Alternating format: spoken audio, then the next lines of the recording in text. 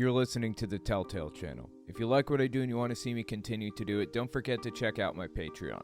And take a look at my other YouTube channels too. You can find some ad-free, uncensored, complete versions of my videos on my website, owenmorgan.com. And while you're there, don't forget to sign up for my email list to get early access to everything I release. All links are in the description. In this podcast, we're going to talk about Rabbi Jonathan Cahn, regular guest on the Jim Baker Show, saying that the Biden White House opened a portal to the ancient goddess of transgenderism. Dead serious. The crazy conspiracy theories Christian nationalists are coming up with right now. The QAnon Shaman being released from jail and doing his first public interview since. It's bizarre and hilarious at the same time. We also take voicemails. If you want to leave a voicemail, the number is 1-800-701-8573. If you want to send a text message instead, you can do so by going to my website, owenmorgan.com, and clicking the Contact Me button in the menu. Menu's in the top right on desktop, top left on mobile. So yeah, send me a message, and I will give it a read once a week on Saturdays. This guy is Jason Graber, and he's a pastor that does not like the left, or anybody to the left, of hunting the homeless for sport, basically. This is a guy that's followed a lot by Hemant Mehta, the friendly atheist, on Twitter and Substack, a couple other places, Only Sky. Hemant Mehta, I believe, covers a lot of a group called the NIFB, the New Independent Fundamentalist Baptists. And I think that this guy is a member of that church, a member of that, like, that group or whatever, the NIFB. Now, the NIFB is led by Steven Anderson. And if you don't know Steven Anderson, oh boy. I mean, you know, let me just drop one thing for you here so you are aware of the type of people we're dealing with. Oh, God. So this stuff is so unhinged from reality and psychotic. Like, dude, I don't even know. You can't help but just, like, laugh. Like, what do? You can't do anything but just, like, laugh at the absurdity of it. Okay, this is 2015, Steven Anderson's documentary on how he knows the Holocaust was fake. You say, well, what's the motive to lie about the Holocaust, Pastor Anderson? Well, here's the motive. Because without the Holocaust, there would be no nation of Israel. We can see the motive to lie about it because the whole justification for going in and creating the modern-day nation of Israel, which is completely satanic. And Dude, I'm telling you, like, that's who we're dealing with here. That should tell you something about what this guy believes before even watching the video. Let me show you what this guy had to say about what he thinks should happen to the LGBT community. When I say he really doesn't like the left, I mean it. Check this guy out. Any parents that would have their child have a transgender surgery done on them, any parent that would do that, they just need to be shot in the back of the head. Right. They need to be convicted in trial and immediately shot in the back of the head. So you notice he says there they need to be convicted in trial. He kind of hedges there because saying such a thing so brazenly without suggesting that they should have a fair trial would just be a step too far, seemingly, in his mind.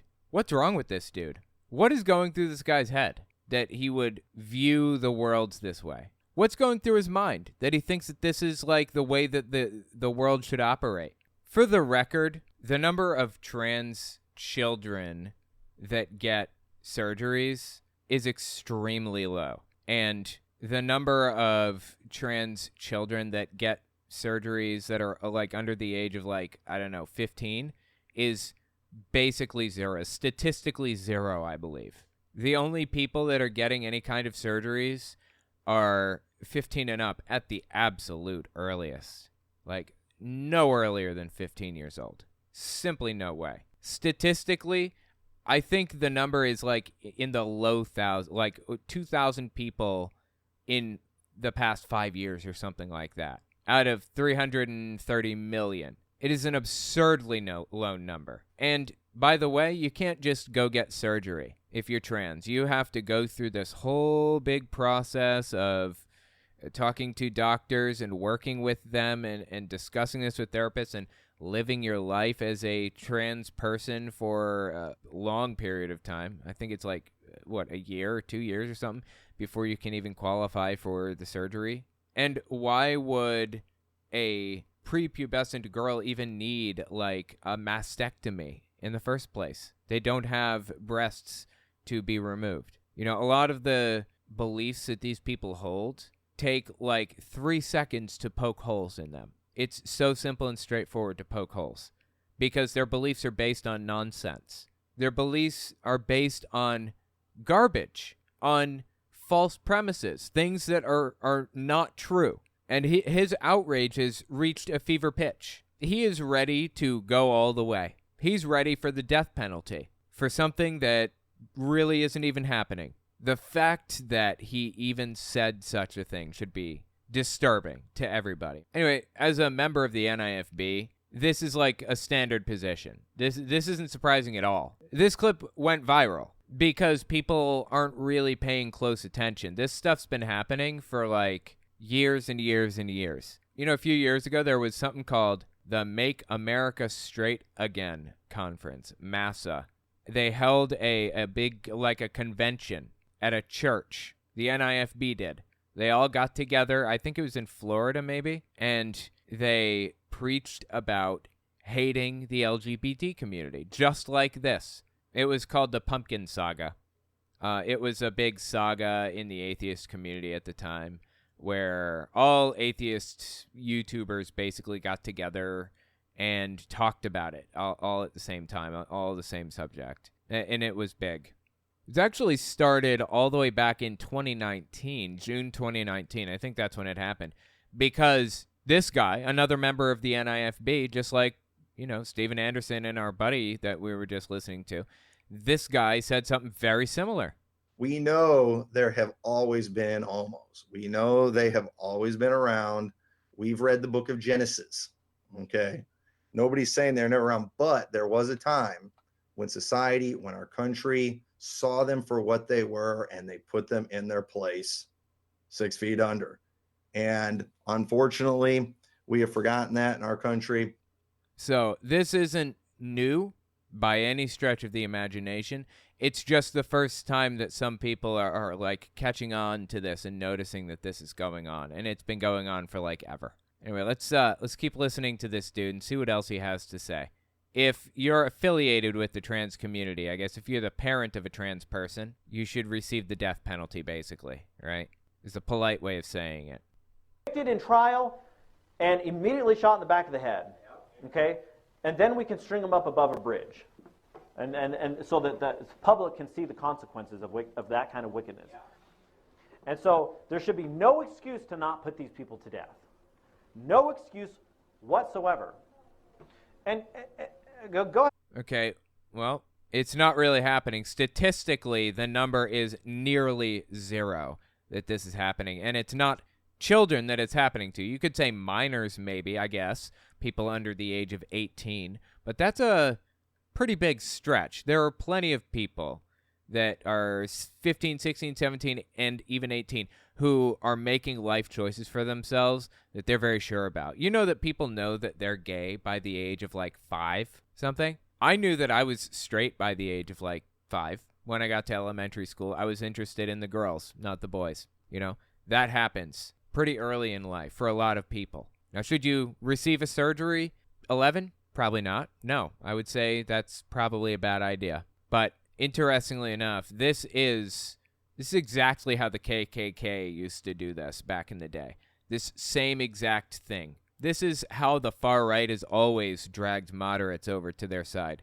They would go completely off the rails and make some wild accusations and claim that the left was doing this stuff. And that this is going to happen if you didn't vote for them, or if you didn't support them, or if you didn't hate this person or that person, or whatever. You know, the KKK would say, people on the left are going to force your children to marry a black person because that's part of integration.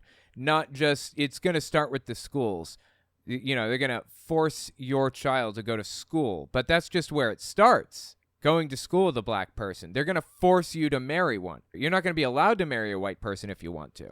You know, they start with these wild accusations that nobody was talking about. Here's one from modern day. People to the left want people to be able to get abortions the day before the birth happens. Like, late-term abortion or even post-birth abortions or whatever. What? I mean, you start from these wild, unhinged, unrealistic positions and claim the other side is trying to force you to do this.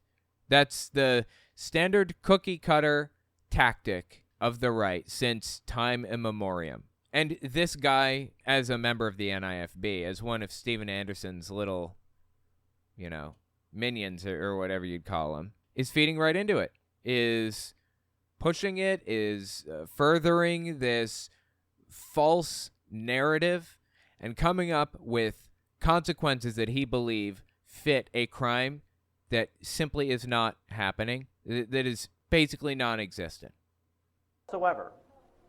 And go ahead and turn to Ephesians chapter number 4. And let me tell you, there are very, very few people out there in the world today that are actually fighting the spiritual fight. I want you to go ahead and find me another... Oh, he's the only guy you can come to, huh? Nobody can find another guy like him. Preacher in Spokane. Spokane, Washington, ooh.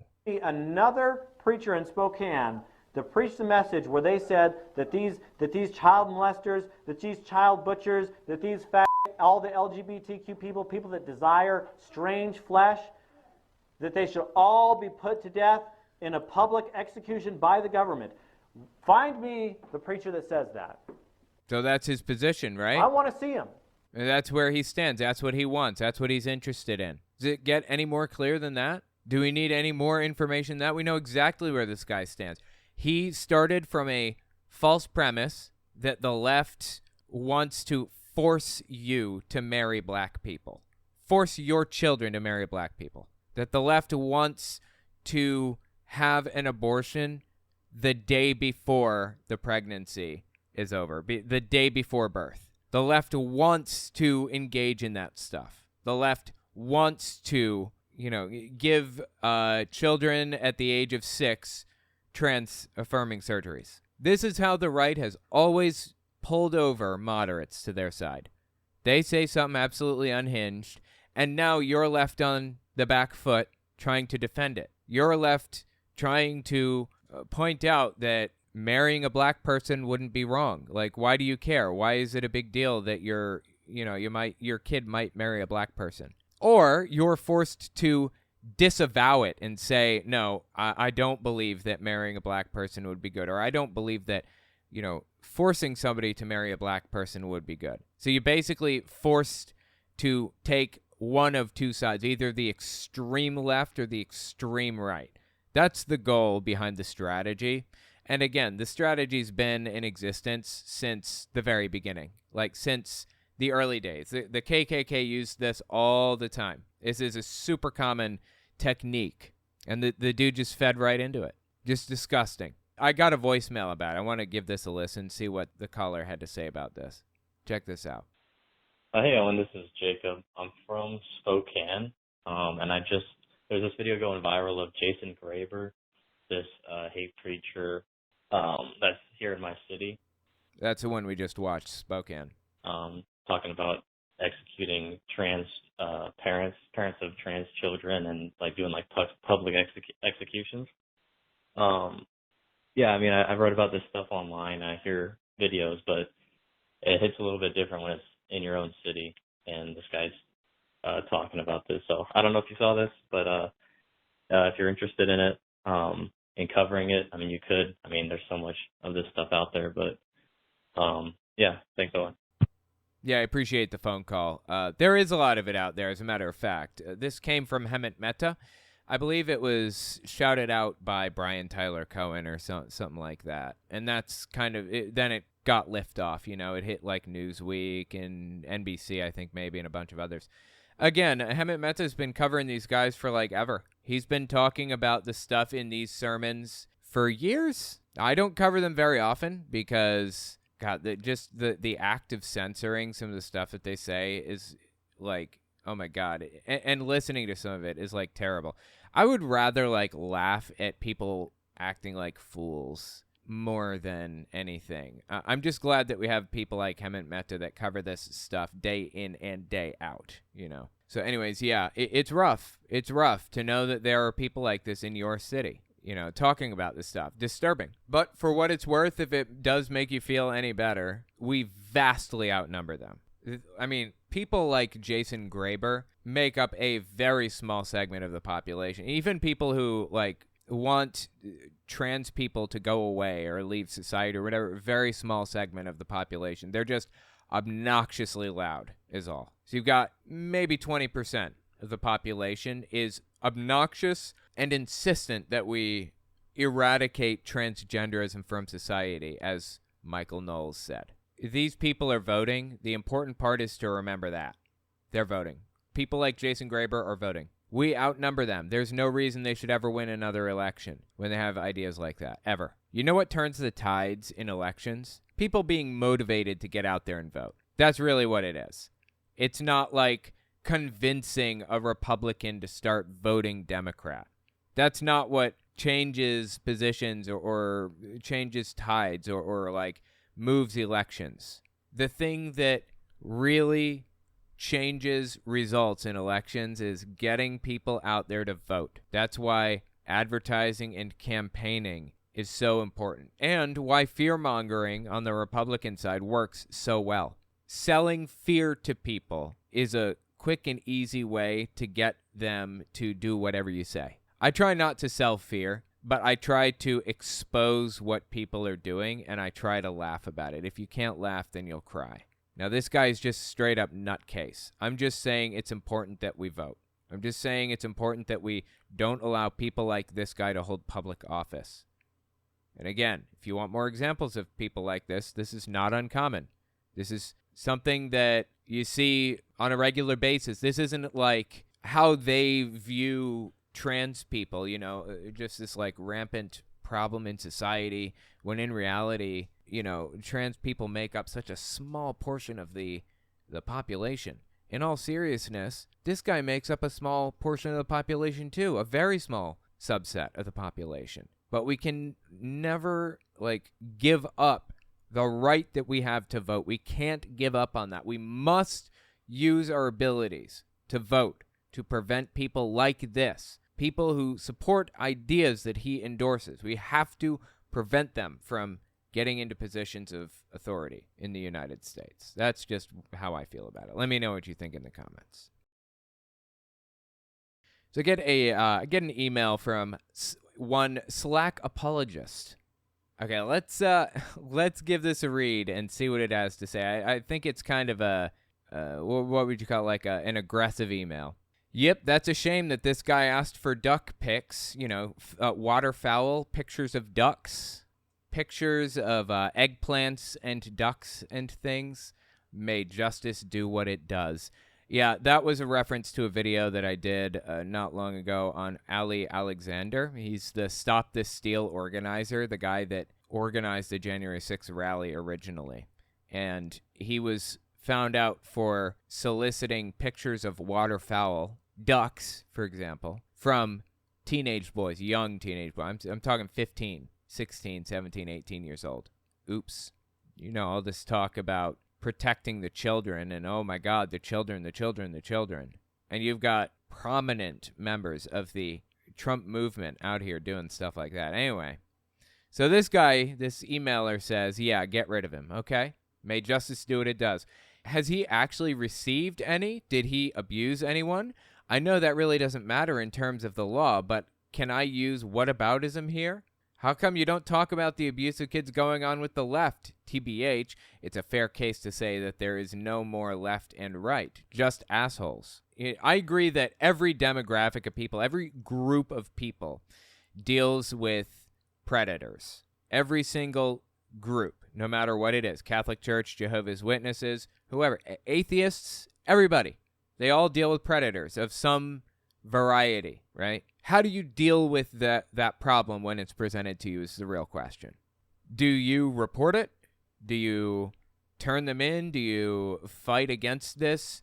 Or do you cover it up the way Jehovah's Witnesses and the Catholic Church did? That's really what this is all about, isn't it? Now, regarding Ali Alexander, this is an example of justice coming to somebody who deserved it. He requested pictures of waterfowl from 15-year-old boys. He needs to face justice for that, legally and socially. Like, remove him from society, remove him from his position of authority that he was using to gain influence over these boys in the first place. What about Chelsea Clinton? Oh, God, he said, what about? What about Chelsea Clinton and some strange and sexual book for kids? I've heard about it, but I don't know if I really want to investigate that. Maybe you can? It was completely made up. Chelsea Clinton apparently has a book series for children that she wrote, and it's a normal book series. There's no strange sexual thing for kids.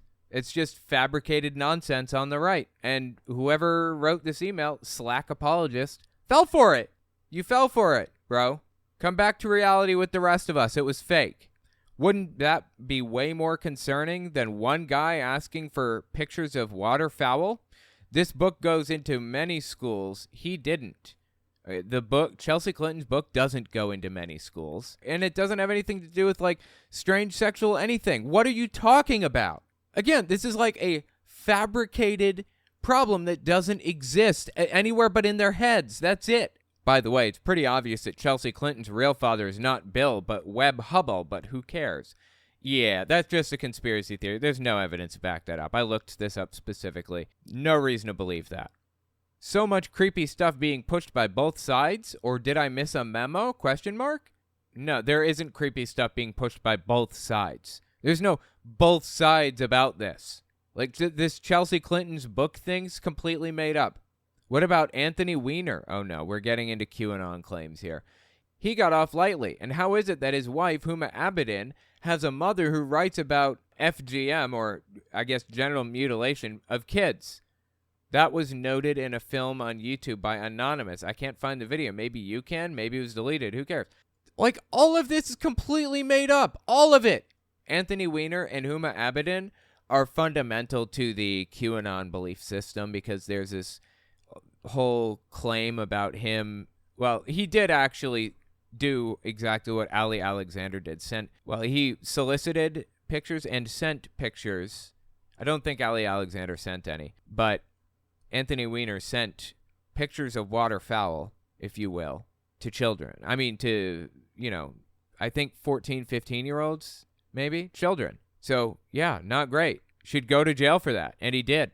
Huma Abedin was his wife. So the claim is by QAnon, when the police showed up to arrest him, they found his laptop there, and on the laptop, they found a video of Huma Abedin and Hillary Clinton extracting adrenochrome from some kids. It's completely made up. Adrenochrome isn't even a real drug. Adrenochrome is oxygenated adrenaline. It's what happens to adrenaline after it's already run its course through your body. Oxygen molecules attach to it, and it turns into adrenochrome, basically. And it's worthless at that point. It's been rendered inert by the oxygen attaching to it. If you want adrenaline, you don't have to extract it from children or whatever they believe happened with Huma Abedin, Anthony Weiner, and Hillary Clinton. All you have to do is get an EpiPen. There's adrenaline in that. Or hell, go skydiving. Adrenochrome is a fake drug from a movie called Fear and Loathing in Las Vegas. Not real. But this guy believes it, seemingly. And he sent me an email, outraged, that I'm not talking about this, apparently. Have you seen the documentary Filthy Rich in regards to Epstein? No, I haven't. And I would never take a documentary recommendation from somebody who endorsed or even mentioned the stuff that this guy mentioned.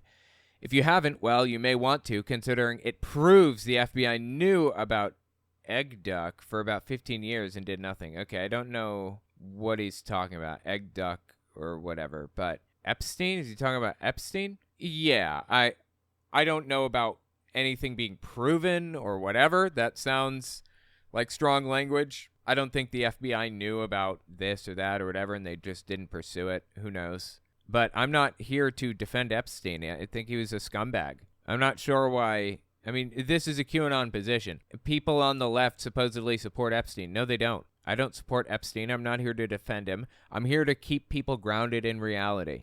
What about Kevin Spacey? Apparently, he acted up so badly he was kicked off Egg Duck Island. I assume he's talking about Epstein Island. He literally got away with actual abuse. Okay, I don't know how you know that or where you got this information or anything else about this, but I am extremely skeptical. Yeah, Kevin Spacey was credibly accused by adult women of being abusive to them, from my understanding. I don't know about his connections to Epstein. I'm super skeptical. I'm sorry, man. I'm just having trouble believing a word out of your mouth right now. I say got away, as in not in jail. Maybe his reputation is damaged. Bill Gates and a few others took that private jet. How can you trust Bill Gates then? His ex-wife doesn't. Okay, I don't know what his ex-wife thinks about it. Why do you say that? Are you just saying that because they got divorced? What's your basis for any of this? And for the record, again, I'm not here to defend Epstein. He's a scumbag. And he did own a private island where he did disgusting, horrendous stuff. But you know what? He's also extremely influential and rich. And that is enough, like a venture capitalist, that's enough reason for other rich people to talk to him. Their associations didn't necessarily have to be nefarious. If they were nefarious meetings, if he was doing something bad, charge him. Put him in jail. I don't care who it was. It could be Bernie Sanders for all I care. I don't care. Whoever it is, put them in jail if they did something wrong, period. Goes for Donald Trump, too. Trump also, oh yeah, what about Donald Trump? He flew on Epstein's jet a bunch. Wasn't he, like, close friends with him? In fact, aren't there a bunch of court records about connections between them and everything? Trump also has connections to Epstein, I assume is what he means, which is why I'm surprised that in a country of 200 million, okay, this is a country of 325 million. I assume you're talking about the U.S., right? You guys can only seem to cough up these dumb people to run your entire country into the mud. Well, one thing we can agree on there, I suppose. Or even why don't you mention Charlie Sheen and how he was trying to appear that he was anti-Obama, but turns out he apparently abused Corey Haim, and how Dennis Richards caught him red-handed looking at bad images. Dude, all of this stuff is just straight up made up. There's like a grain of truth to some of this stuff, like the fact that Chelsea Clinton wrote a kid's book and then everything after it is lies. Like there's nothing suspicious or questionable about anything in any of, Hillary Clinton's books. This is just like a right-wing fever dream. Weinstein went, and one more thing. Why do you think I would defend Charlie Sheen? I don't care about Charlie Sheen. It could be Bernie Sanders, and I'd want him in jail if they did something wrong. I don't even like Charlie Sheen. I don't understand. Why is he putting me on the back foot in defense mode about Epstein? I don't like Epstein either. I just want you to be like grounded in reality here. You don't seem to be. Weinstein went to jail, but only after so many years of people in Hollywood keeping quiet. Agreed. Yes, absolutely. Weinstein was disgusting and terrible. Why are you writing an email to me about this like I'm responsible for not, like, calling it out or something? Like I agreed with Weinstein or some other thing. Like I'm defending Epstein and Charlie Sheen. Like what?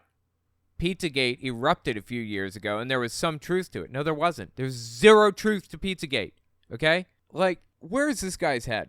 Really? BTW, have you actually read the HRC emails yourself? Hillary Clinton emails, right. Or the Jay Podesta emails?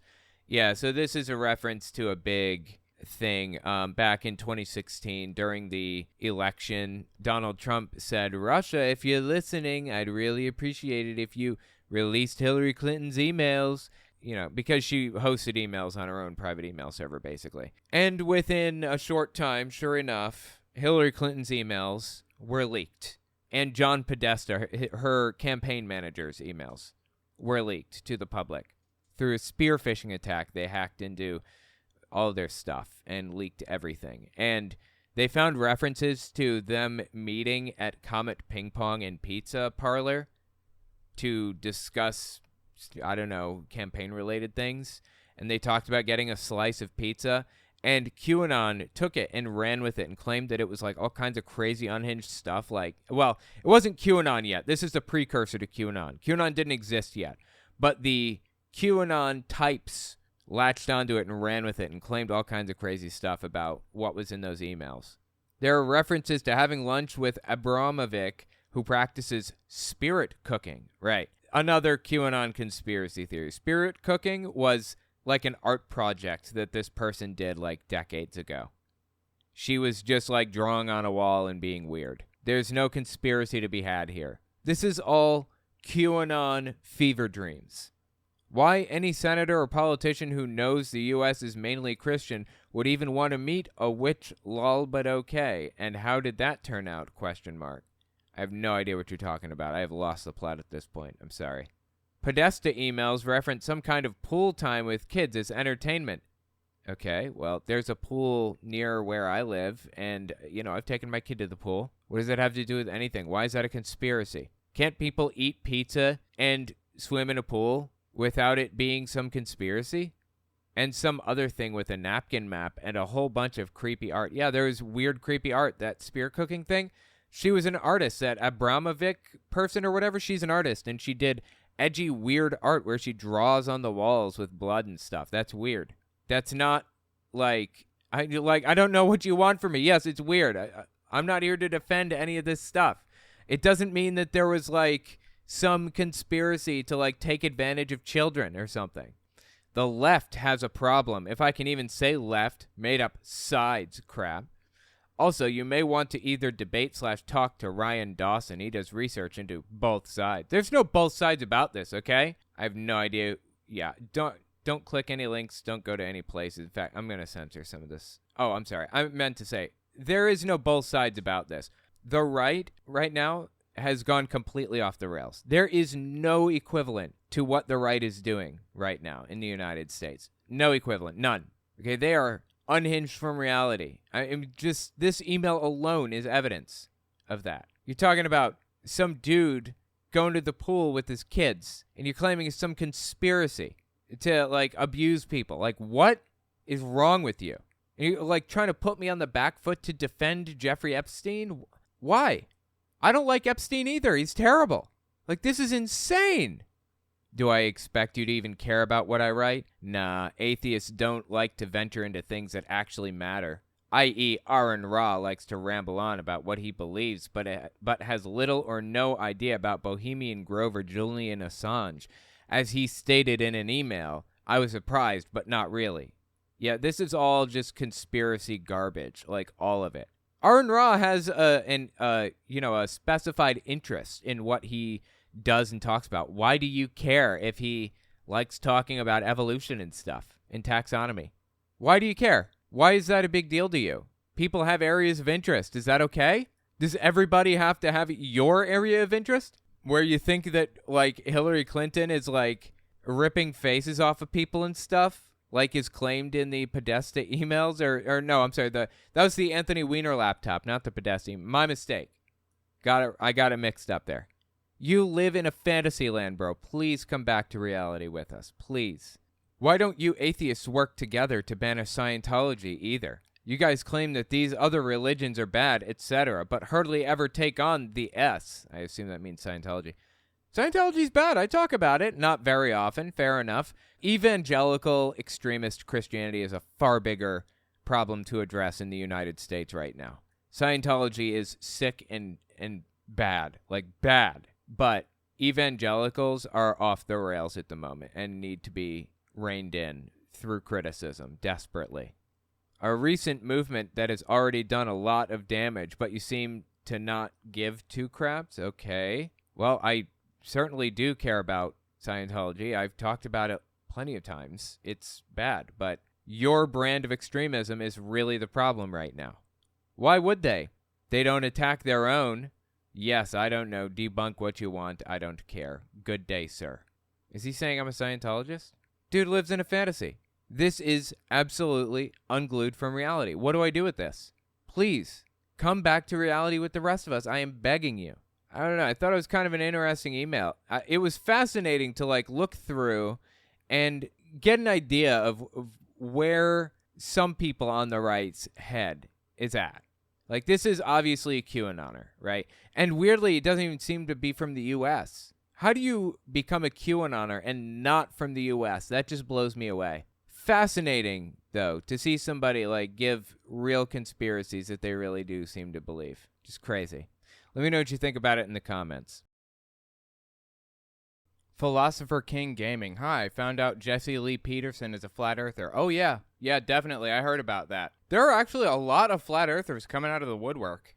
I don't appear to have anything on Jesse Lee Peterson being a flat earther. I mean, he is a flat earther, But in my little clip file that I have here, my clip folder, I don't have that. I have Jesse Lee Peterson as a white supremacist. I used to think that when they used that word, white supremacy, it was a negative word. But now I realize what they're thinking is that, and it's true, by the way, that white men are smarter than them, superior to them, and instead of learning, oh, hey, how did you become so superior? They want to destroy it so that they won't be reminded how dumb they are. And so they're dumbing everybody and everything down rather than coming up to the level of white supremacy. Yeah, so I don't have the clip where he comes out as a flat earther. I know that he is, but yeah, I mean, that speaks for itself. I don't know what else to say about this. If you didn't know the guy before, you know him now, and I apologize. Here's another one. Again, not a flat earther one. I know he is a flat earther, but here's another clip I have of the guy.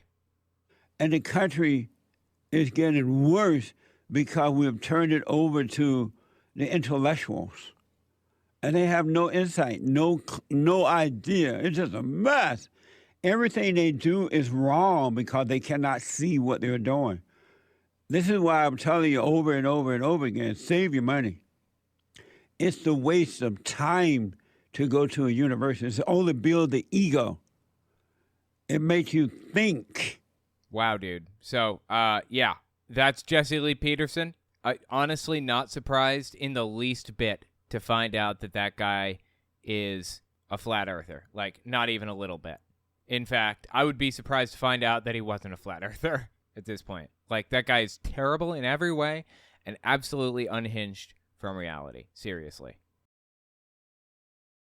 Sagoma, I helped my sister come out to my conservative parents 10 minutes ago. Do you have any advice for her and I moving forward? Oh, that's not a fun situation. Good luck. Depends on what you were coming out about. Were you coming out as LGBT? Coming out as trans? I mean, they're under the same umbrella, but, you know, honestly, even coming out as gay is very different from coming out as trans. Did you come out as atheist? That's a concerning situation. It's really hard to deal with that stuff. I would say try to take it nice and slow and be real non-confrontational with your parents. Even if their position is detestable, and try to find something in common with them. Try to find common ground that you can stand on and lean on that. You know, I mean, don't sacrifice your principles, but find something that you can agree upon. So I guess you came out as bi. Well, yeah, again, I think I would just fall back on what I said before. Try to find common ground with them. Like, I don't know, just hear out their complaints, all of their feelings and ideas and what they're thinking about and everything else, and understand that, you know, I don't know your situation, but I'm just guessing, just making wild assumptions here. Assuming that your parents have been conservative their whole lives, you know, came from a different time. Maybe the 60s or the 70s or the 50s even, right? Understand that they came from a time when the F-slur for gay people was super, super common. And hating gay people, hating bi people, whatever, is just the way you did it back then. Not that it makes it okay. It doesn't. It's not. But you got to understand that that's where their minds are starting from. So if you want to get them to a point where they can accept who you are, you got to start from there. You got to start from the understanding that in their mind, being gay is naturally this thing. And maybe, hopefully, depending on the type of people they are, maybe they'll be open to moving over. You just got to nudge them a little bit. Maybe they have found out that, you know, you're bi or gay or whatever, or I'm sorry, your sister is bi or gay or whatever. Maybe they find that out and they automatically are angry about this and don't like it and don't want anything to do with it, but are willing to be pushed over a little bit. Maybe they just opened up a little bit and are willing to be pushed, and all you got to do is be non-confrontational, give them the push. You know, find something, ask for all of their grievances and ask for all of their feelings completely non-judgmentally and in an honest way. And if they're honest people, if they're good people, just hear them out and find one of the grievances that you can honestly agree with. I mean, don't pretend to agree with one that you don't agree with. Find a grievance and agree with it. And try to dispel some of the others as you go along. Bi people are like promiscuous. Well, that's simply not true. I just, I'm not, for example. I'm not bi. I was just giving you an example of the things that you could say. I mean, there are a billion different ways to go about this, but good luck. It cannot be fun. I hope things go okay for you. Next, we're going to talk about Rabbi Jonathan Cahn, regular guest on the Jim Baker Show, saying that the Biden White House opened a portal to the ancient goddess of transgenderism. We'll be right back. Don't forget to check out my Patreon and check out my website and email list for early access to uncensored, ad-free, complete videos. All links are in the description. Before the coronavirus broke out, did you feel like something was coming? Because I know you've seen so many things in the future. Yeah. I was telling people before this year began, months before, that I believe this was going to be a year of shaking, an important year, a critical year, a year of shaking, and for the purposes of God. Totally, absolutely. This is Rabbi Jonathan Cahn, and he's a regular guest on Jim Baker's TV show. If you don't know Jim Baker, I've got a ton of stuff on this guy on the left here. He is absolutely terrible. Spent time in jail and everything. Televangelist, scammed people out of their money. It's just bad. Anyways, this is about Jonathan Cahn, this guy on the right here, because he's actually making some waves right now. He's pretty influential. Not only is he regularly on Jim Baker's show, but he's also made appearances on Newsmax and a ton of other places. So I want to talk about what this guy is up to right now, because there happens to be this weird, what would you call it, like this weird trend at the moment on the right to claim that there's like a demonic portal at the White House right now where Biden is. So check out what Jonathan Cahn had to say about when Biden lit up the White House in rainbow colors. Listen to this. Late May 2023. One of those ancient gods or spirits was called the Enchantress. From ancient times, she was connected to a sign. Do you know what it was? The rainbow. And do you know what she was the goddess of? Sexual licentiousness, sexual immorality. Wow, okay, fascinating. I don't know anything about this. This sounds completely made up, like on the spot, but okay.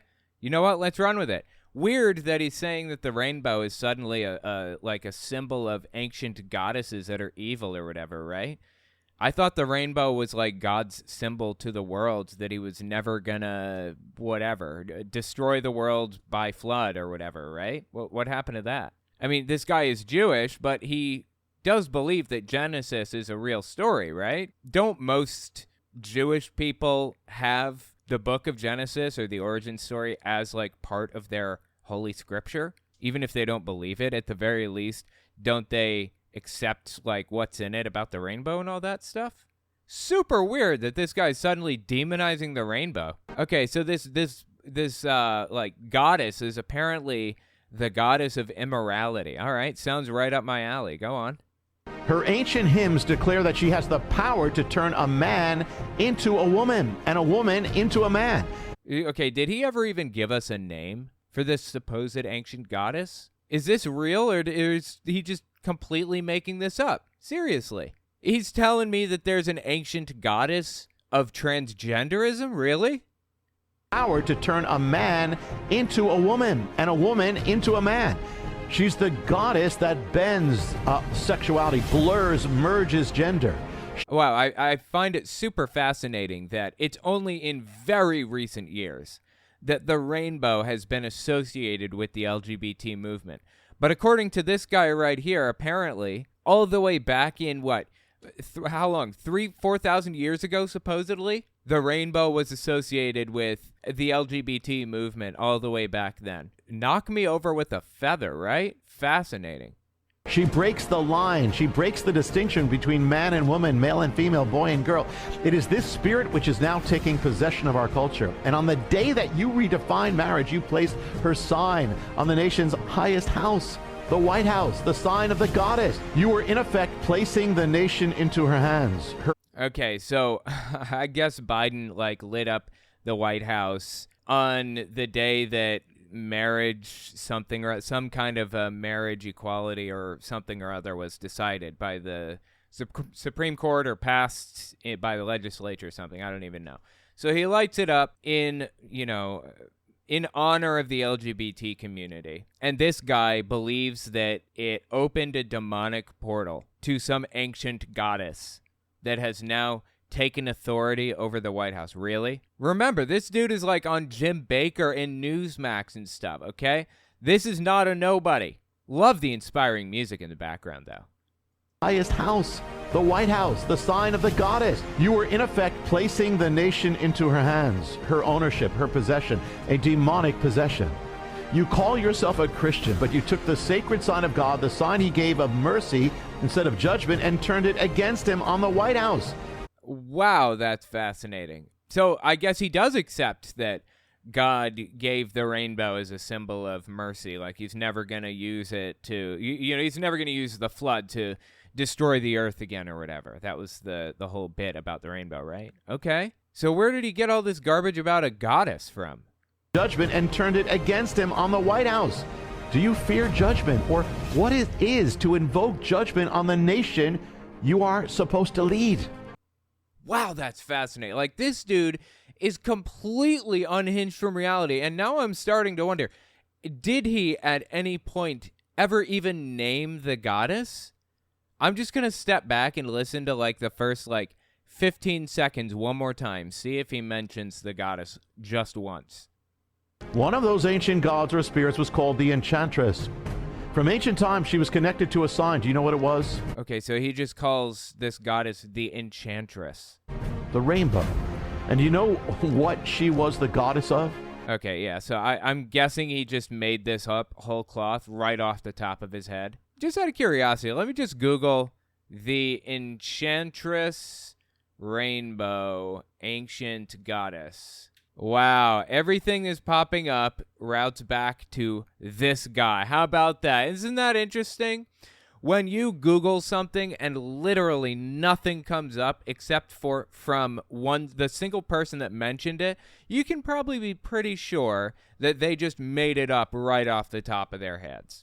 Like David Barton, for example, talks about the Black Robe Regiment all the time. This is a story for another day. I'm not going to get into it, but it turns out Black Robe Regiment, supposedly this group of pastors back in the late 1700s, during the Revolutionary War, Black Robe Regiment were pastors that were rallying their churches together to fight in the war or whatever, to fight in the Revolutionary War. Turns out that's just completely made up. And as far as anybody can tell, the term Black Robe Regiment doesn't appear anywhere in any books before the 1990s when David Barton started talking about it. It's just made up whole cloth. When you find an example of something being mentioned by somebody that's not mentioned anywhere else, can't find a single source for any of this stuff anywhere, you can be sure they made it up. Just to be fair, maybe Wikipedia has something on it. Okay, so there's a goddess named Manzat, something to that effect. And apparently it was a Mesopotamian and Elamite goddess representing the rainbow, also believed to be responsible for the prosperity of cities. That has nothing to do with turning men into women or women into men or whatever other nonsense he's saying. This sounds completely made up. Dude, I think this guy just straight up made this up right off the top of his head. For what it's worth, this dude is actually pretty popular. He showed up on Newsmax too. Check this out. Early February 2023. Not only is he popular, not only is he a conspiracy theorist who just makes stuff up about demonic possession and evil portals and all this garbage, but he's also a far-right lunatic that dives into this whole anti-woke garbage. Listen to this. Early February 2023 on Newsmax. Yeah, yes. Even it's behind cancel culture, it's behind wokeism. Oh my God, cancel culture, wokeism. Here are a couple of buzzwords that far-right nutter butters have to fit into everything they ever say. Cancel culture, it's behind wokeism, it's behind what's happening to our politics. Even Supreme Court decisions, even the last 3 Supreme Court decisions that linked up with marriage or sexuality, all of them took place on an exact same date linked to a pagan ancient calendar. An ancient, okay, fantastic, great. Okay, give me the date. Give me the, the ancient calendar references or whatever. We'll figure this out. We'll look this up. We'll see if this is true. Because so far as I can tell, everything this dude says is made up right off the top of his head. Exact same date linked to a pagan ancient calendar. Just a little while back, Chris, the president had a gathering at the White House, basically, to call the Respect for Marriage Act, supposedly, but it's basically striking down marriage as we know it. Striking down marriage as we know it, yeah. It's opening it up to be available to more people. Destroying it as we know it. Oh, it's terrible. How awful is that? And honestly, the Respect for Marriage Act or whatever it was that he was just talking about, whatever it was that Biden did recently, didn't even codify gay marriage. It just, to my knowledge, I mean, this is like forever ago now. I don't even remember. I think that the thing that like Biden fought to get passed not long ago was basically if somebody gets gay married in a state, all 50 states have to recognize that marriage as legally binding. It didn't say anything about, states must marry gay couples. Didn't say anything about that. Didn't destroy marriage as they know it or any of that other stuff. But any encroachment at all into civil rights, and these people just lose their minds. By the way, this guy, like I said, he's a rabbi. He is straight up fighting for evangelical extremist Christianity. Like everything the guy says, every word out of his mouth furthers the goals of evangelical Christianity, and he's constantly on evangelical televangelist TV shows, like all the time.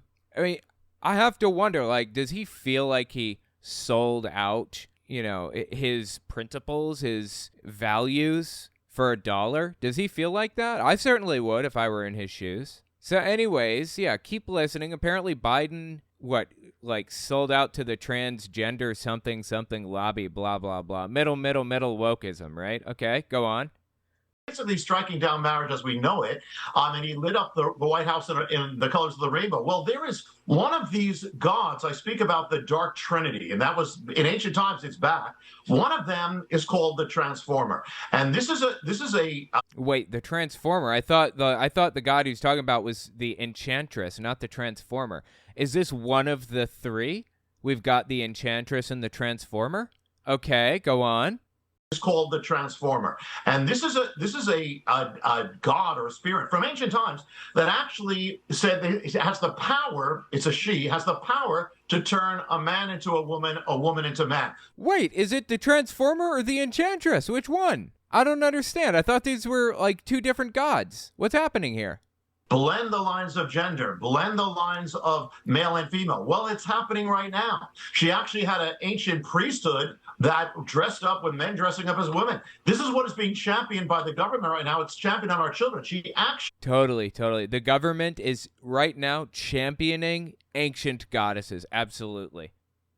Had some of her priests surgically transition. Well, this spirit is in our culture. And I'm just going to give you a quick taste because I'm sure we don't have time. But here's the thing. Oh, I'll take a quick taste. Lay it on me. What she actually was the god of parades. So we have parades. She paraded men dressed up as women. We've got it back. She actually claimed one time of the year for possession of the culture. And you know what the time was? June. So it's back. Also had one song. Wow, dude. Okay, so apparently he's adding information to this completely made-up claim. Not only is this supposed enchantress also known as, what was it, the transitioner or something like that? But also, they're represented by the rainbow, and they turn men into women and women into men. And on top of all of that, what was it? Oh, apparently this goddess is celebrated in the month of June, too. All of it is completely made up right off the top of his head. Did he just come up with this fact out of nowhere? Also had one sign particular. Dude, look at the thing along the bottom here. Okay, this is Newsmax. This news network, quote unquote, can't even call it a news network. It's a propaganda network, is psychotic with some of the stuff they say. Let's just kind of look real quick and see what this is saying here. Just out of curiosity, let's go to the beginning of this. It says, officer who shot Babbitt on January 6th did his job, is what McCarthy says. Wow, you can tell where they are, and their intent and their goals to demonize anybody who demonizes January 6th. Gallup poll, Americans sour on state of the nation in most areas. Arkansas Governor Sanders to give Republican response to State of the Union. Oh, talking about Huckabee Sanders. 86 House Dems vote against resolution condemning horrors of socialism. Oh, I remember that. Oh, my God, dude. These people are unhinged from reality for real. Anyway, keep listening to what this dude has to lie about. She actually claimed one time of the year for possession of the culture. And you know what the time was? June. So it's back. Also had one sign particular was the sign of the rainbow. So this is big. It's affecting all of us. And yes, it's affecting the culture. And as you said, it's happening in rapid progression, and it's accelerating even to this day. Dude is absolutely obsessed with making people think, first of all, that he knows what he's talking about. Obsessed with selling his book. Do anything to sell this book. You didn't see that part because I cut it out because it's pointless. Like, why would I help you hawk your book? But that's all he cares about. Look, right here. The Harbinger book. It's advertised in their little lower third bar here anyways. The Harbinger. He's basically a rabbi claiming that, everything that we're seeing right now are signs of the times. The end is here, and we have to be ready to accept our fate or whatever other nonsense. Is this dude even Jewish? Seriously. I mean, I'm asking that in all seriousness. Is he even Jewish? Because he fights for evangelical Christians an awful lot. Like, a weird amount. I don't know. It's honestly bizarre and hilarious to me and deeply entertaining. Let me know what you think about it in the comments. Ancient goddess of transgenderism. Couldn't they just pick Baphomet for old time's sake and for your mom? Oh, zing. I didn't see that one coming. I appreciate that super chat. That's a good point. I mean, there are gods that stood for kind of queer ideas or whatever, right? Like just kind of different ideas. Why did he decide to just make one up whole cloth? I'll tell you why. This is why. Because he couldn't assign random attributes that are completely made up if he actually named a god. He had to go into this without actually naming one. Next, we're going to talk about the crazy conspiracy theories Christian nationalists are coming up with right now. We'll be right back. Don't forget to check out my Patreon and check out my website and email list for early access to uncensored, ad-free, complete videos. All links are in the description.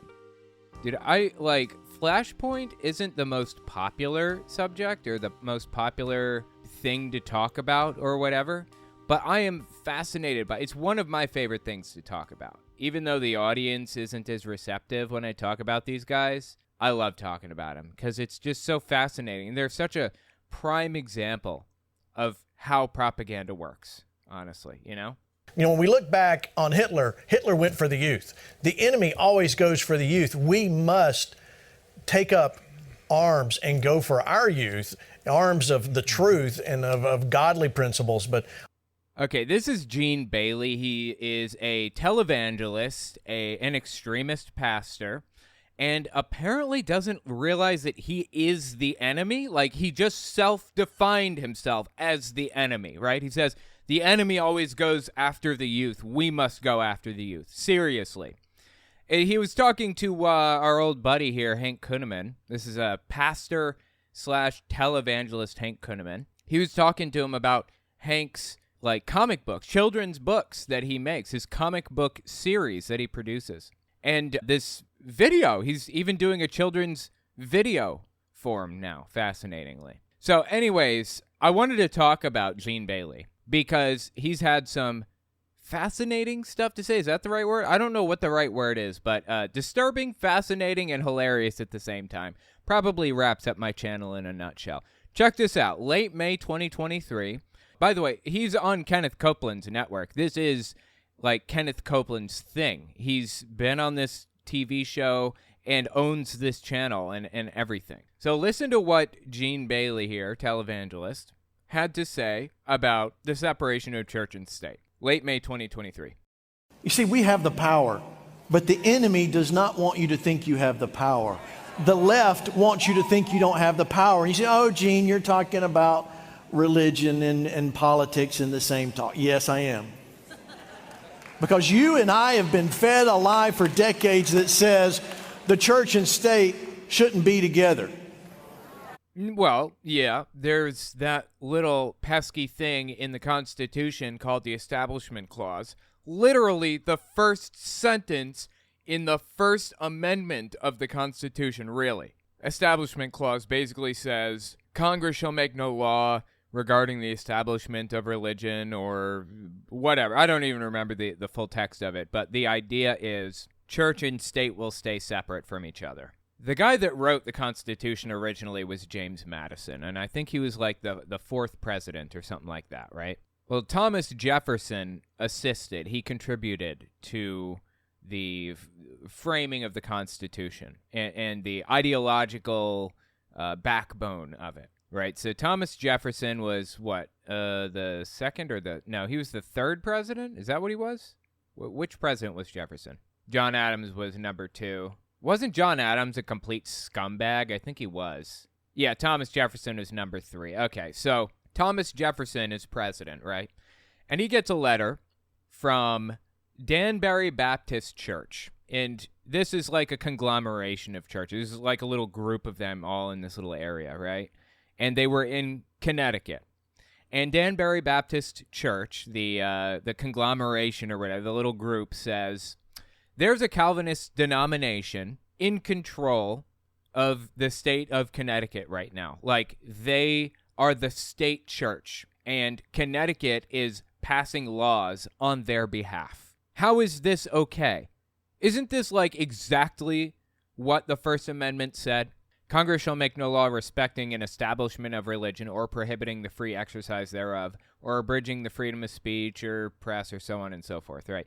So the important part is the first sentence there. Congress shall make no law respecting an establishment of religion. So Danbury Baptist Church writes in to Thomas Jefferson, who's president at the time, and they say, isn't this like illegal? Like, Connecticut has a state church and they're passing laws on their behalf and stuff. Like, they are one. They are inseparable. They're the same unit, basically. And it, again, Calvinist denomination. Baptists didn't like Calvinists and you know, at the time. They still don't really.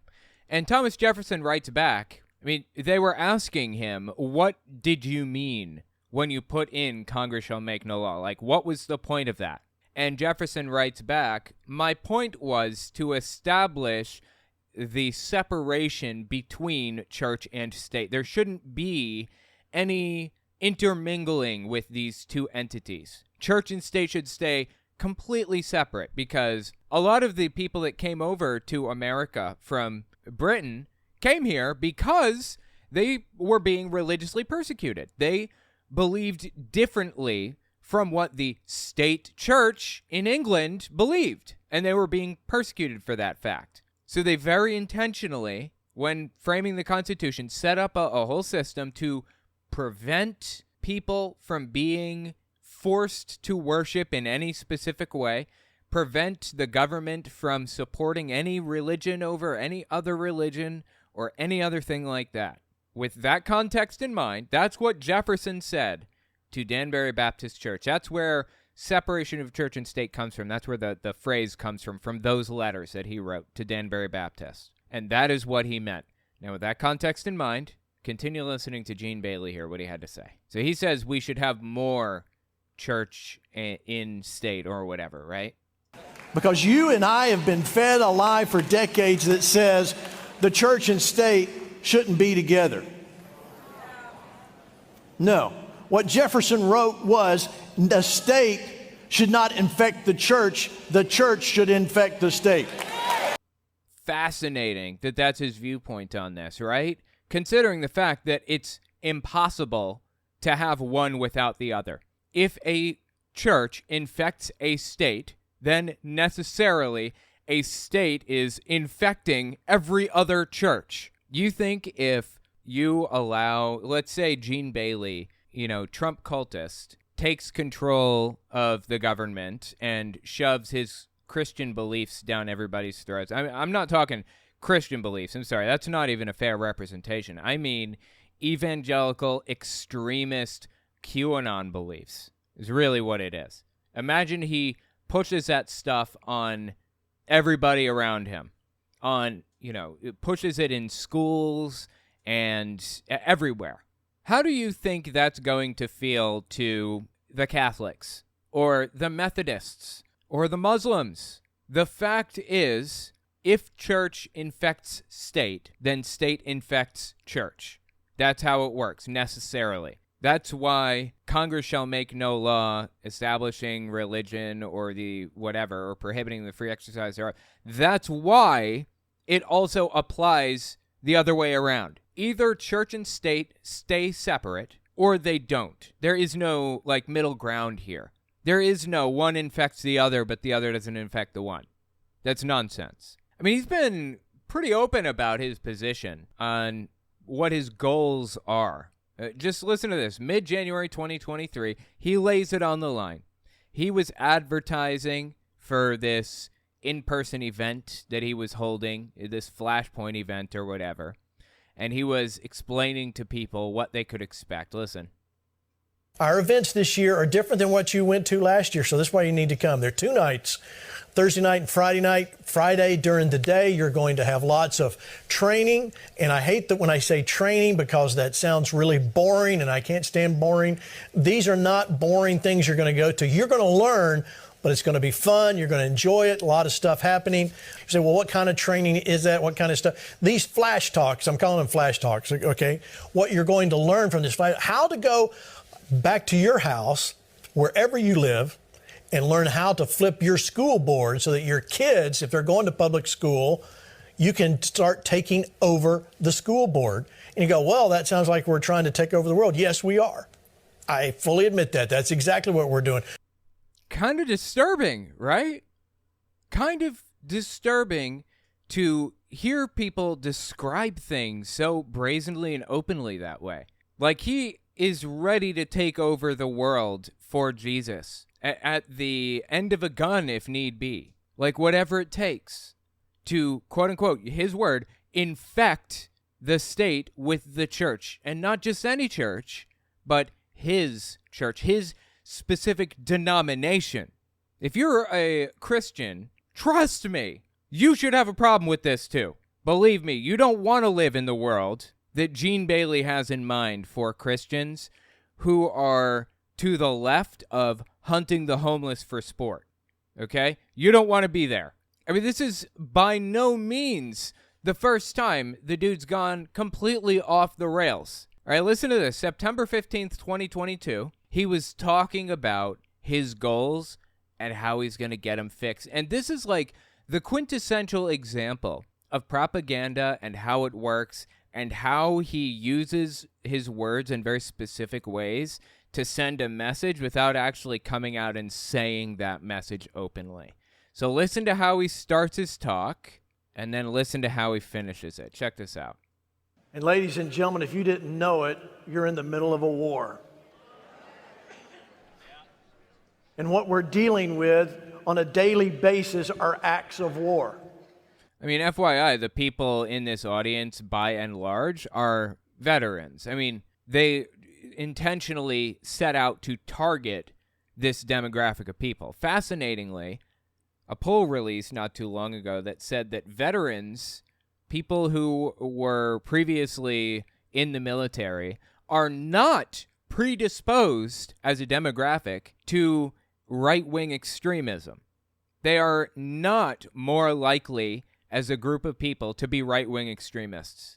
But people like Gene Bailey and other right-wing extremist groups, Patriot Front, Patriot Vanguard, and I don't know, any of the other right-wing extremists, Proud Boys and Oath Keepers, 3%ers, they intentionally set out to target veterans with propaganda, with their propaganda efforts. They set out to bring them into their organizations.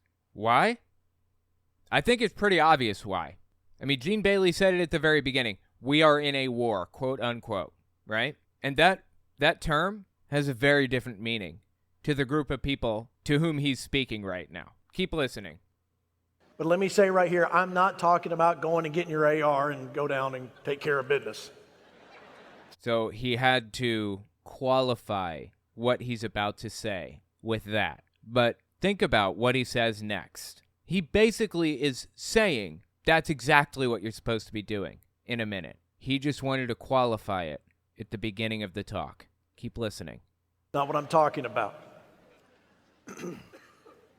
However, we are in a war nonetheless.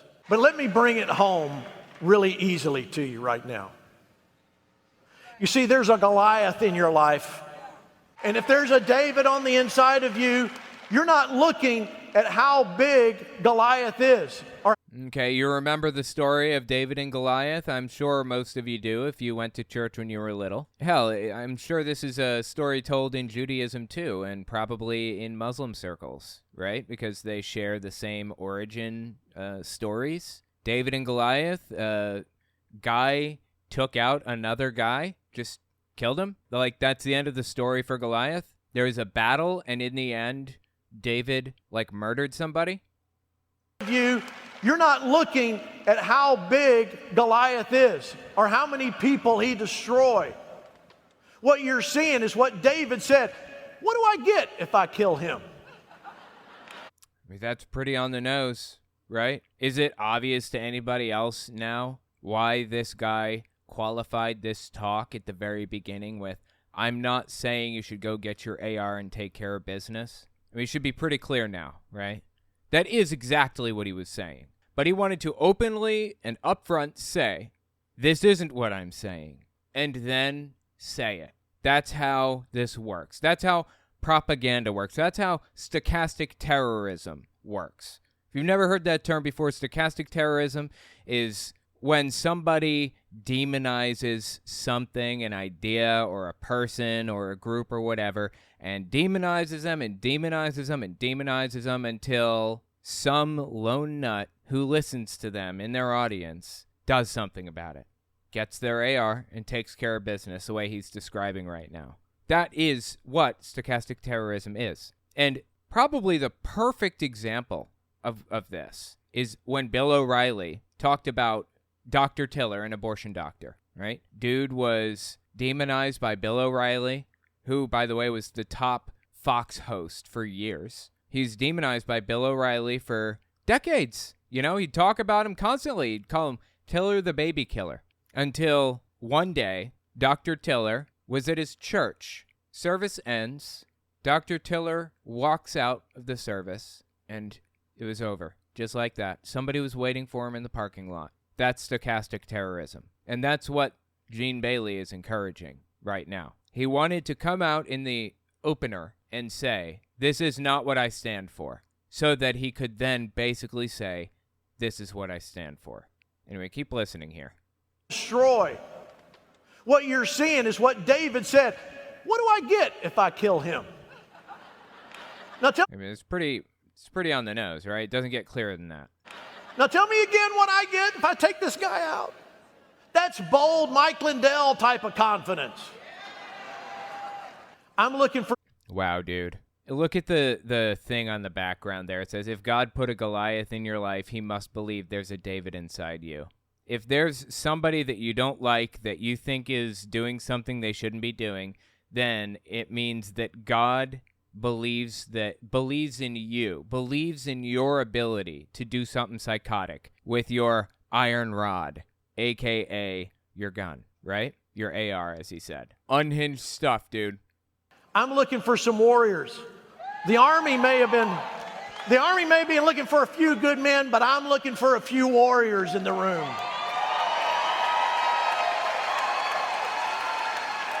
Look at these veterans here. I mean, presumably this veteran here, I'm circling with my mouse. You know, he's not revved up. He's focused. He's processing what's being said right now. He's thinking about it. He's not even clapping, is he? He's really taking it in and really considering what this dude is saying right now. That is psychotic. But the real battle isn't here at this meeting. The real battle is when you go home and you go back to work. And you go look at your child or your grandchild that doesn't know what sex they are. Okay, every kid knows what sex they are, to my knowledge. This is not an uncommon thing. This is completely made up. This is like a fabricated problem that he wants to blow out of proportion intentionally to freak these people out. That's the goal here. He wants to make them feel like they're persecuted.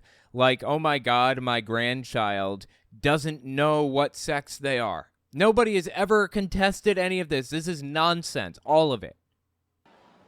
That's when the real battle comes. There's got to be an understanding that there's something living on the inside of you that's Yeah, your mom. much bigger than who you are.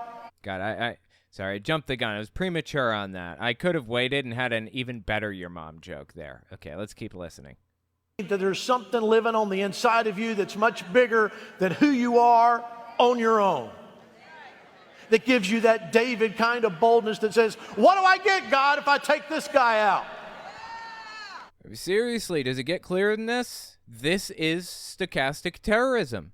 A minute ago, he said, what do I get if I kill this guy? What do I get if I take this guy out? It's like he's setting up a system for, like, what would you call it? Like a quid pro quo, like a trade, you know? If I take this guy out, then I will go to heaven. That's kind of the thing that he's trying to set up in their heads. If I do something psychotic to these people, then I get something back for it. I'm rewarded. It's a good thing. That's what he's trying to set up in these people's heads, in these veterans' heads. You see, you've been in an act of war for the last few years more than you've ever been before. Now, there's a lot of people out there saying Jesus is coming soon, and he is. But listen, we got a lot of work to do before Jesus comes back. Don't get me wrong, I'm ready to go on the first bus load out.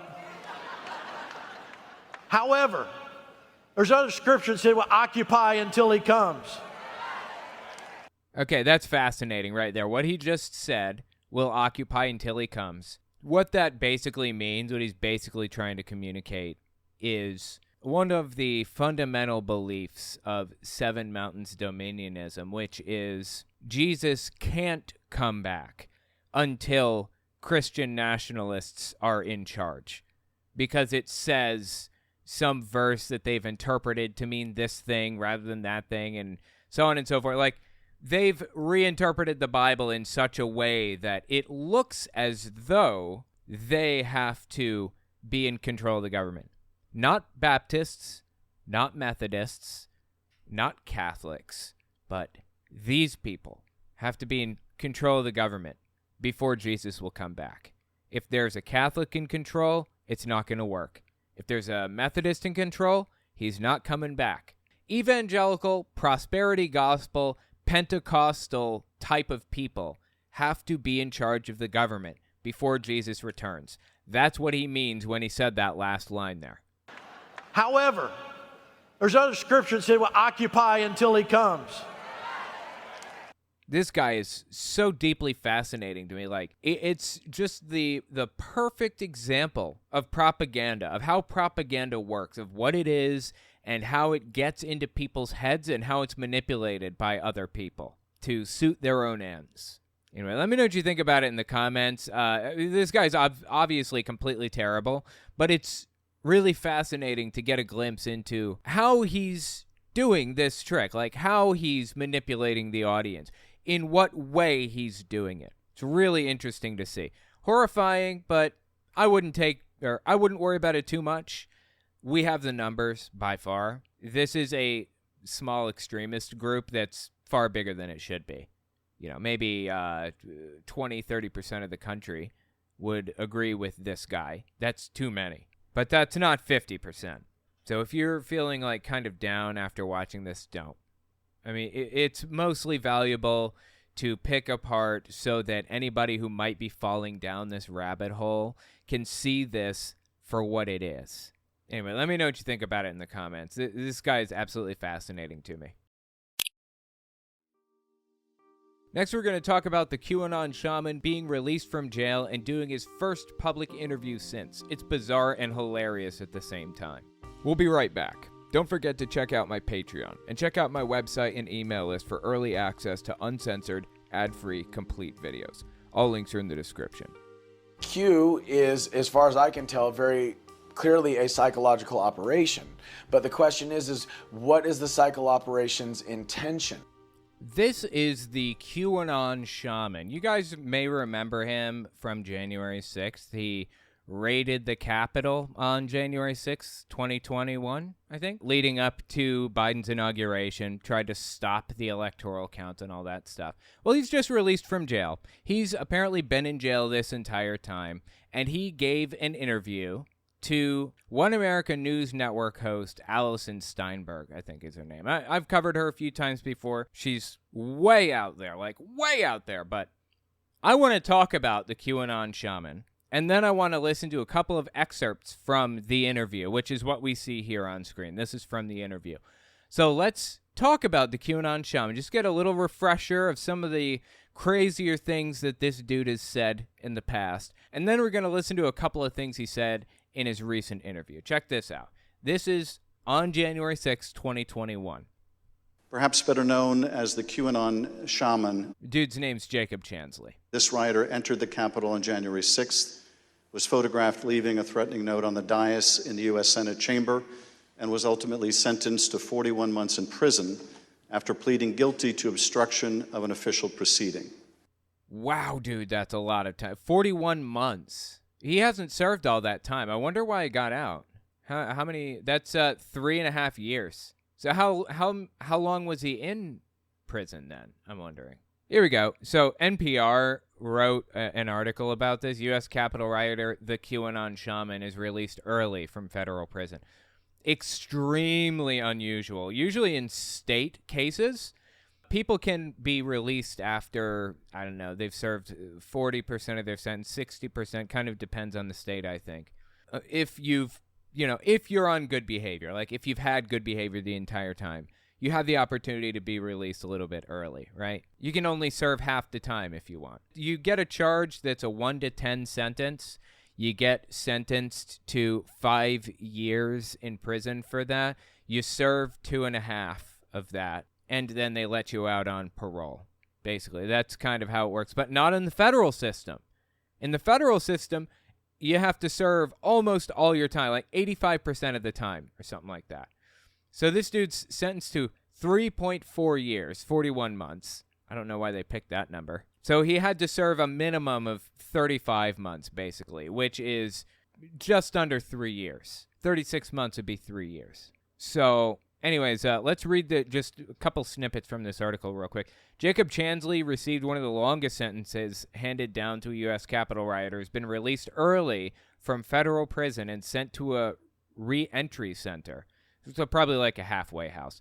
I'm honestly not sure why they let him out. Chansley, 35, is convicted of obstruction of an official proceeding in November 2021, sentenced to 41 months in prison. But prison records show that Chansley's been moved to a residential re-entry management facility in Phoenix, where he's originally from, and is expected to be released on May 25th. He was released. Chansley received an early release in part because of his good behavior while in prison, says Albert Watkins, who represented Chansley through his plea and sentencing.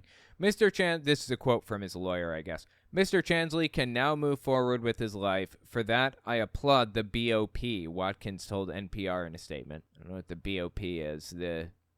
Bureau of Prisons. Okay. Interesting. That's super, super uncommon. I cannot believe they let him out. Anyways, yeah, I just want to listen to like a couple of things that this guy's had to say since he got out and since he was inside.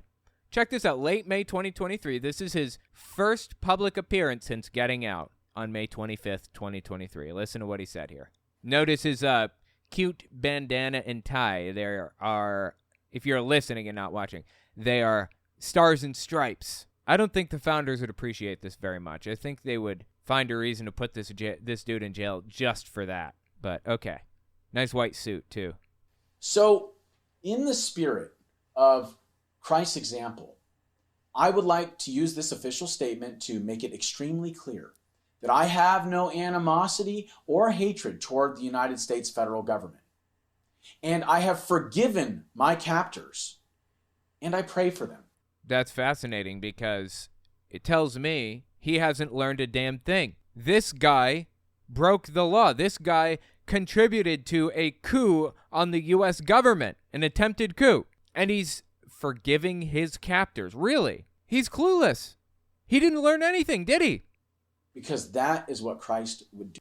The next part of my journey. Because that's what Christ would do, he said. Oh my God, dude. The next part of my journey entails using the power of patience and peace to spread the truth and to do so in the spirit of a Christ-like forgiveness.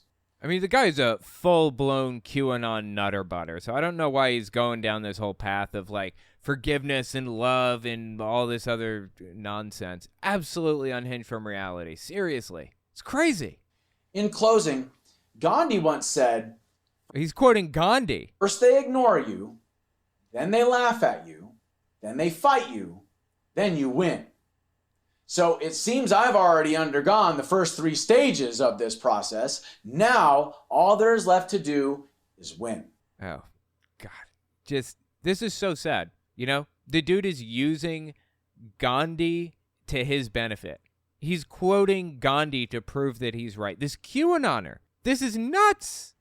Remember, knowledge always overcomes power. Wow, dude. Knowledge overcomes power. Okay, fascinating. Well, this isn't like the first, interview that he's done. This isn't the first public appearance. He's been all over the place intentionally. He has set out to do as many public appearances as he possibly could. And as a matter of fact, he did an interview on 60 Minutes Plus, I believe. It was on CBS, I think. Yeah, CBS this morning played parts of the interview. Just listen to what he had to say here real quick. It's fascinating. This is March 4th, 2021.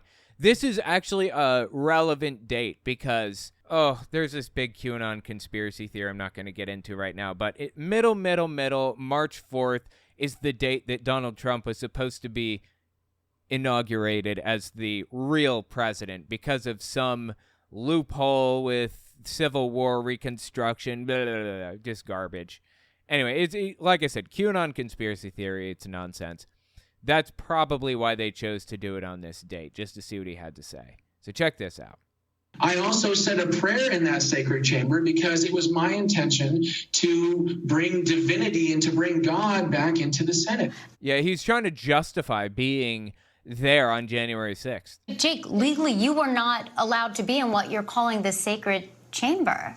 And that is the one very serious regret that I have, was believing that when we were waved in by police officers, that it was acceptable. Oh, waved in by police officers, you say? Interesting. Okay. Well, you know what? This is a provable claim. Let's just jump forward about 3 seconds because I happen to have the clip here. You guys have no idea how much research I put into this. I spent literally hours looking for some of these clips to disprove some of the stuff this guy says. Check this out. March 16th, 2021 is when this footage was released to the public, but it's of January 6th. This is footage of the Proud Boys, among others, other people too, breaking windows to get into the Capitol. Watch this. Boy, it would be like embarrassing and shameful if we saw the QAnon shaman somewhere in this video, wouldn't it? Wow, that would just shoot his whole defense to shit, wouldn't it?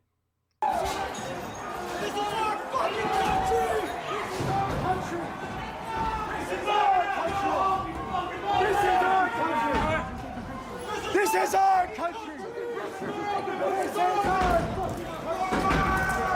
So you can see here they're breaking a window, right? I'm gonna turn the sound off or down here. So they're breaking a window, and as you can tell, they came prepared for this. If you're listening and not watching, they're breaking a window, and they have gloves on. They have mittens and stuff so that they don't injure themselves on the glass. Okay, this was planned. This is proven beyond a shadow of a doubt. These people showed up and did these things intentionally at these times, at Donald Trump's direction. You know, not for nothing, Charles Manson convinced, 9 people to murder somebody? And he sat in prison for the rest of his life for convincing somebody to break the law like that. Well, people died that day on January 6th. It was a literal government coup attempt. Why isn't Trump in jail for this? Anyway, that's neither here nor there. So they're trying to bust a window in, right? Again, what an embarrassment it would be if we happened to see the QAnon shaman here on film. Okay, so they just busted the window and climbed in and walk around. And the rest of the crowd walks up to the door. You can see them open the door. The people that just busted the window in, just climbed in the window and opened the door for the crowd that you can clearly see the QAnon shaman in. You can see his stupid horns sticking up here, right? Dude is on film. He was standing there watching people bust windows in and then walk around and unlock the door and let him in.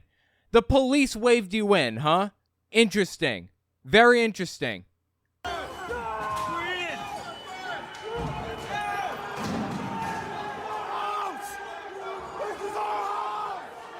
There's a better shot of him there. I just wanted to get it better on film. These are his tattoos, clear as day. You can see these. This is his hat. This is the little hat that he's wearing under his horned thing. This is the QAnon shaman, plain as day. He was standing in a crowd waiting for Proud Boys or some other provocateurs to bust a window in so that they could unlock the door and let him in, and that's what happened.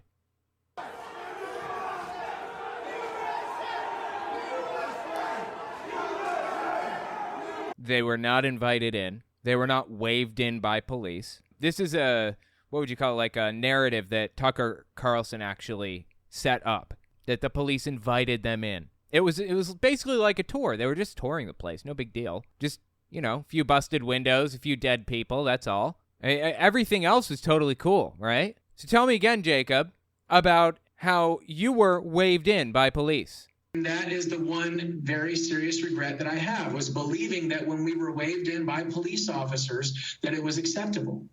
Fascinating to catch people lying just blatantly to people's faces, right? Now, for what it's worth, there were some cases where this is how crowd control works. You start with barriers. They're like those big metal things that are kind of rectangular, They have the feet on the bottom and they stand up. You have those barricades up, and they did on January 6th. They had those barricades up around the U.S. Capitol. And as some of the barricades fell, they were trying to kind of push the crowd in a very specific direction. So instead of having the entire crowd rush in all at once, the police moved two of the barricades and fell back to another fortified position. So Tucker Carlson takes footage of these police officers trying to do this crowd control of a full-blown riot, a riotous insurrection. He takes footage of cops trying to do crowd control on this and twists it around to make it seem as though they were waved in by police. No, we just saw them break a window and walk in and unlock the door for the QAnon shaman. Not getting one over on us that easily. Again, you have no idea how much time I spent looking for this stuff for real. I don't update it regularly, but if you want any of the clips that I ever cover, free of charge, just owenmorgan.com/clips. That's all you got to do. Go there. It's a Dropbox link. You can just scroll through any of the dates and when they were covered, and you should be able to find the clip that you're looking for. I think Dropbox has a search function now. I think. I'm not sure. So, anyways, yeah.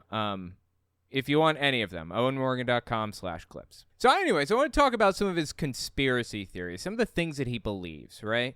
Because he's about to, in this latest interview that he did with Allison Steinberg, this one here, he's about to tell us what he believes now. So, I want to establish what he believed then, when he was in prison, when he went to prison. He did an interview with Channel 5, which is a YouTube channel run by, I forget the dude's name now, Anthony something or other. Anyway, let me just give a little bit of lead up to this. He's about to talk about the storm. For those who don't follow QAnon very closely, the storm is their mythical day when, everything is set right and Donald Trump is installed as the dictator and all of the bad people are arrested by the white hat people in the military and blah, blah, blah, blah, It's kind of like not their Armageddon, but like their return of Jesus, kind of a little bit.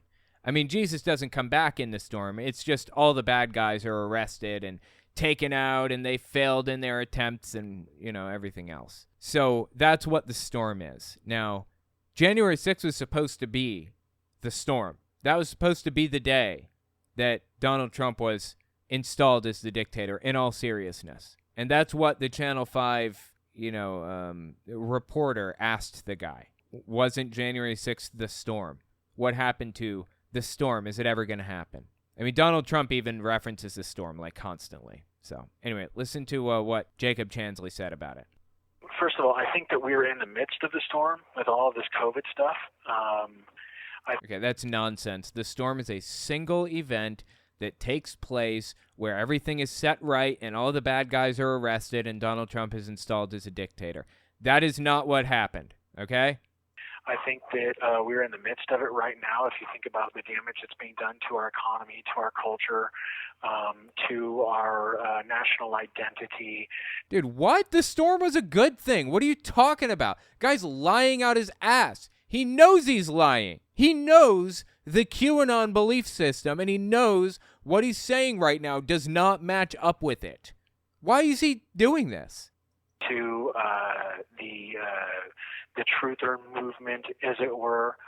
But I think that it's important that people realize that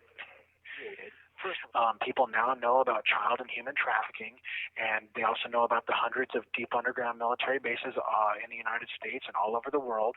They also know about things like spiritual parasites and the way that psychic vampires play a role. That's what these psychic vampires? I'm sorry? Dude, this is getting straight up unhinged for real.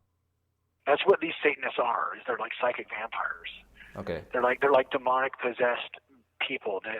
That's part of what black magic is you allow your body to be like a vessel for a demonic spirit. People know about the deep state. They know about how blackmail is used in the deep state to FYI, a minute ago he mentioned child trafficking. People know more about child trafficking now and everything else. It's interesting he mentions that. The reason he brings that up is because QAnon originally blew up the way that it did in the first place because they used the hashtag Save the Children. Hashtag Save the Children.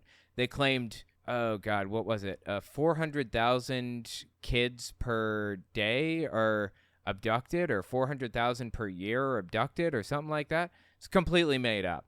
That is a false number. Not even close. The number that they're using, 400,000 kids a year or something are abducted, is how many kids under 18 went missing. That doesn't count the ones that were recovered. The runaways, which is estimated to account for about 80% of that number anyways. Kids at 17 years old, they run away from home, 16, 15, 14. About 80% of those 400,000 are accounted for in that.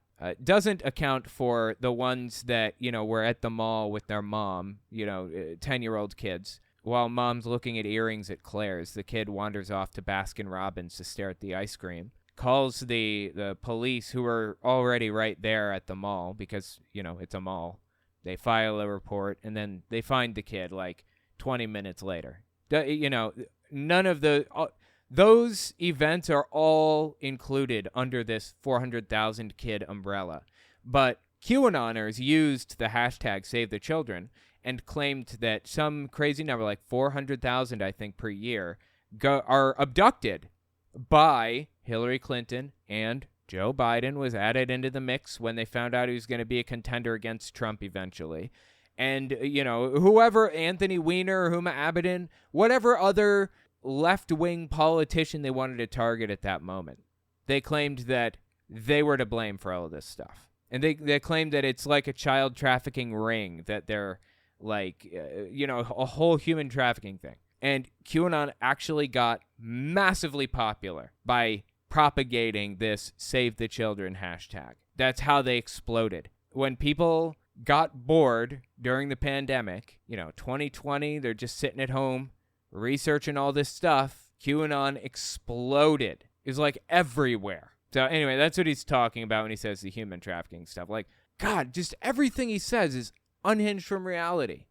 You allow your body to be like a vessel for a demonic spirit. People know about the deep state. They know about how blackmail is used in the deep state to cover up the crimes against humanity. How it's all... What crimes against humanity? Oh, and what military bases?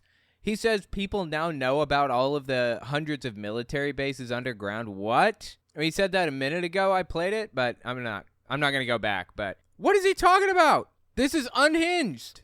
For the record, I mean, I know that one too, if you're curious about the military bases. Like, that's a whole QAnon belief about how military bases exist underground, underneath the United States, like miles and miles underground, and it's a parallel civilization to ours that has technology that's like 100 or 200 years more advanced than we have now, and the military is like using this underground like base to blah, blah, blah, blah, you know how these people are. Anyway, God, just everything, dude, everything. How it's all these networks, the pedophile networks and the Mockingbird media is used to cover up the truth about this breakaway civilization that's going. Yeah, breakaway civilization. That's what I was talking about there. That's going on underneath our feet as we speak. It's people are being neuro-linguistically programmed with the truth. But okay, oh my God, dude. There are like little breadcrumbs of truth in everything that he's saying, and then he just like goes completely off the rails. Like neuro-linguistically programmed? No. Neuro-linguistic programming is largely complete BS. It's basically, if you're unfamiliar with NLP, also known as NLP, neuro-linguistic programming, it's the idea that you can subliminally program somebody to do something. Like, I don't know, you slowly but surely like show them kind of Pavlovian conditioning. You show them a picture, and then the words that you use slowly but surely reinforce certain ideas in their mind until they're brainwashed. And he believes that the CIA and the FBI does this stuff. It's nonsense. NLP isn't real, okay? It's a pseudoscience. NLP was studied by real scientists and then determined to be nonsense eventually. It's garbage. All of it. Every last bit of it. And he believes that he broke through the NLP programming. It's just sad. This breakaway civilization that's going on underneath our feet as we speak. It's people are being neuro-linguistically programmed with the truth. But unfortunately, the movement... Oh, I guess he thinks that he's neuro-linguistically programming people. No, you're not. But unfortunately, the movement has become fragmented. That's true enough. The movement is very fragmented. I don't know if you knew this, but there are like denominations of QAnon. Like different groups that are kind of segmented into like who they follow, like which influencer they like the best. Like Ramana Didulo's weird little QAnon group has all kinds of beliefs about extraterrestrials, and they call themselves, what is it they call themselves? Arcturians, that's it. Yeah, she calls herself an Arcturian. She says she is a lizard person. The world is run by lizard people, and she's one of them, but she's a good lizard person. I mean, God, it's like, does it get more unhinged than this? It's crazy. So anyways, yeah, it is very fragmented, but to be a member of QAnon, you have to kind of adhere to certain beliefs, certain foundational, fundamental ideas. You have to subscribe to the idea that Q, the Q clearance patriot, the guy who started it all, was some special military actor or whatever. So anyways, let's listen to his interview with Allison. Yeah, Allison Steinberg. That's her name. I just want to listen to like a couple of clips from this. May 26, 2023. The day after he gets out of prison, he shows up on Allison's thing on One American News Network. Listen to what he had to say when asked about QAnon, how he feels about it now. Since the storm never happened and everything fell apart, it's pretty obvious that QAnon was all BS from the beginning. Of course, on the infamous day, you held the sign that said, "Q sent me." Tell us more about what that was all about and how Q ties into this. Okay, so he's going to tell us now, does he still believe in Q since it fell apart the way that it did? I mean, you have to be real devout to believe it now. Some people are. Okay, so Q is, as far as I can tell, very clearly a psychological operation. But the question is what is the psycho operation's intention? Is it designed to divide people into compartmentalized and propagandized groups? Okay. I feel like he's just using a lot of nonsensical words there. Is the psychological... So he's saying it's a psyop, right? Alex Jones loves talking about Chi-Com psyops constantly. Like the Chinese Communist psychological operations. It's a Chatcom psyop. Constant. So what he's saying here is that he thinks that QAnon is a psyop. So it's astroturf, not grassroots, not built from the ground up, not a group of people who believe the same thing coming together, but artificially created. That's what he's saying when he says that. That's really interesting, actually. So I guess he thinks that QAnon is fake then? Am I reading this right? Like he doesn't buy it anymore? Let's just listen to his answer one more time in its entirety, because he's like speaking in a way that's like disambiguate, like using words that are way too big. Yes, I used a big word there intentionally. But the question is what is the cycle operations intention? Is it designed to divide people into compartmentalized and propagandized groups? Is it designed to create division? So it sounds like he just said the exact same thing twice. Was the point to create division? Well, I mean, there is division within those groups. Is there any difference between what he just said, or did he just like run out of things to say, so he just started repeating himself? Division? I mean, it happens to the best of us. I get it. Or is it designed to get a certain message about blackmail, about a new world order, one world government, about child trafficking being a real problem in the world, about human trafficking being the largest black market industry in the world? Oh, fascinating. I mean, all of this is completely made up by QAnon, of course, but that's really interesting. So it sounds like he's saying it's between dividing people into groups and teaching people about all this other nonsense about human trafficking and all this stuff that's simply not happening. Is he saying that he believes that QAnon was a psyop to do both, to both divide people and teach them about like human trafficking or something? What a confusing answer. I don't understand. Look at it. World exclusive interview, it says on the bottom. Oh my God. World exclusive interview. Problem in the world, about human trafficking being the largest black market industry in the world. I don't think that's true, and I don't think we have any way to know that for sure. Human trafficking is a bigger problem than people are aware of, but it's not the way that QAnoners view it at all. The world, about the essentially through human trafficking, human slavery that now is now worse than ever. No, human slavery through human trafficking, worse than ever. I mean, how would you know? What are your data points on this? You literally just got out of jail yesterday. How would you know any of this stuff? What were your research methods? Did you go through the process of like vetting the sources that you got any of this from? Yeah, this stuff happens in the world, and yeah, it's ugly when it does, and it happens entirely too often. But is any of this honestly even true? Like what he's saying here? Is he just making this up right off the top of his head? Because it sounds like he is. I mean, he's just repeating QAnon talking points right now. That's it. Worse than ever. 40 million people are enslaved in human trafficking. Wait, 40 million enslaved in human trafficking. Is that true? Looks like it's an estimated 27.6 million victims worldwide at any given time are being human trafficked. And it can be any number of different ways. It doesn't have to be a full-blown slavery. It could be all kinds of stuff. You know what Andrew Tate did? Andrew Tate was definitely a human trafficker, without a doubt.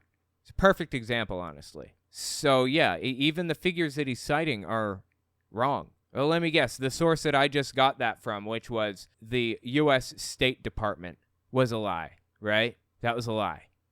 People are enslaved in human trafficking. Many of them are children.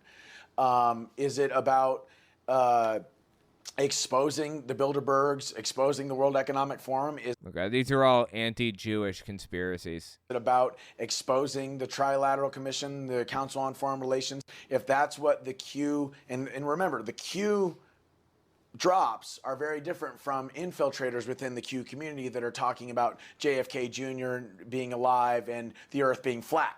Okay, this is fascinating right here. This is what I was talking about, the kind of different denominations, right? The JFK Jr. thing, you know, JFK Jr. comes back and runs for vice president with Donald Trump. That's from a denomination of QAnon called Negative 48. And here's footage of them gathering at the grassy knoll, really, because they believed that JFK Jr. was going to come back. And he didn't. This is actual real footage of QAnoners gathering at the grassy knoll waiting for a guy that died in 1994 to return. Secretly wasn't really dead the whole time.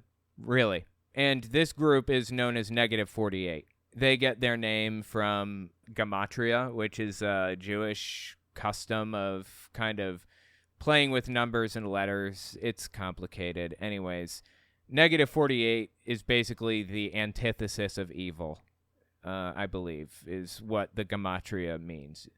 The name Negative 48 basically would translate into not evil, effectively. Anyways, so he's saying that all those people, the different denominations that splintered off of QAnon, are psychological operations designed to make everybody look crazy, when the real Q drops are 100% legitimate, and the guy that really writes for the QAnon account, claiming to be some government insider, secretly really does have all this information. I love it, honestly. I love it. I love it how these QAnoners are all pointing fingers at each other and claiming that they're the crazy one. No, you're the crazy one. You are. You're making us all look crazy. That's basically what's happening, right? They're complaining about each other looking like nutcases. I'm fascinated. I love this to death. Do more of it, please. But he's saying get back to basics. Just follow the original QAnon and don't go with the Negative 48 stuff or the Romana Didulo Arcturian stuff or whatever. If that's what the Q, and remember, the Q drops are very different from infiltrators within the Q community that are talking about JFK Jr. being alive and the earth being flat. I guess he calls them infiltrators. Fascinating. That's what happens in these types of psychological operations is you have people infiltrate and then they disseminate disinformation to discredit the message of those that understand what's actually going on. So Q sent me is something that is around and used widely in the Q community because it's like a way of saying I'm awake and I don't believe the... Would you say woke, maybe? Was that a word you might use in this context? You're woke? Community because it's like a way of saying I'm awake and I don't believe the Operation Mockingbird media. Wow, dude. Just wow. Fascinating stuff, seriously. The Mockingbird media thing, that's another conspiracy theory. Like, oh God, everything out of the guy's mouth is a conspiracy theory. It's crazy. So Operation Mockingbird was a real thing back in like the 1970s or something, where the CIA or the FBI or some three-letter organization was attempting to control the media or something like that. I don't even remember now. It's not happening, okay? Like, they're pretending that this is like this widespread thing that's happening right now. Like, the FBI is behind the scenes pulling levers and telling CNN what to say and telling Fox what to say and telling MSNBC what to say and all of these other organizations. They're all just working for the deep state, you know? And then the FBI, they're telling the media what to say, and then the FBI is being told what to say by, like, George Soros, you know? It's just, God, everything about the things that they believe is unhinged from reality. It's nuts. Fascinating, though. Fascinating answer to his question, do you still believe in QAnon, basically, right? Well, check this next one out. This one was interesting, too. Do you have regrets, was his question. Do you hold any animosity towards President Trump? And if you had the opportunity, would you do it all over again? Well, no, I don't have any animosity for Trump. I love Trump. I mean, dude used you. You really don't have animosity for him? He cynically used you to attempt to maintain power after losing an election. And he suckered you. Do you really not see this? He bamboozled you. He got one over on you. He used you to get what he wanted and threw you away when he was done. How are you not infuriated after years in jail? I mean, how long did he spend in jail? 2 years? 3 years, maybe? No, a year and a half. I think he spent a year and a half. So he's arrested November 2021, like 10 months after January 6th. So, yeah, he must have spent like a year and a half in jail. That's not very long. Anyway, you spend a year and a half of your life in prison, in federal prison, and you're not upset that this guy cynically took advantage of you, used you for what he could get, and threw you away? You're not upset about that at all? Okay. I would be. No, I don't have any animosity for Trump. I love Trump. I respect Trump. I don't agree with everything Trump says or does. No, it was probably a shout out to the vaccine stuff. Trump has been encouraging his supporters to get vaccinated. But, I mean, this is America, isn't it? We are allowed to have our own opinions. We are allowed to have freedom of speech. And I don't think Trump wants a bunch of yes men around in the first place. I think he would rather have some form of honest opinion, you know, and... Okay. I mean, he's saying this as though he wants to be part of Trump's administration, part of his crew or something, part of his, like, posse, if you will, his hype man. Is that what he's aiming for right now? I'm kind of worried, because that seems like the exact type of thing Trump would do, right? Bring in, like, all the January 6th people to, like, work with him if he won the 2024 election. Oh, my God. Can you imagine? Everybody who took part in the January 6th insurrection pardoned by Trump 2024 once he wins. I don't think he's going to win. We'll see. I doubt he'll win. But imagine this with me for a second, how horrific this would be. Trump takes office, pardons every January 6th person like he could have done before he left office, the poor fools.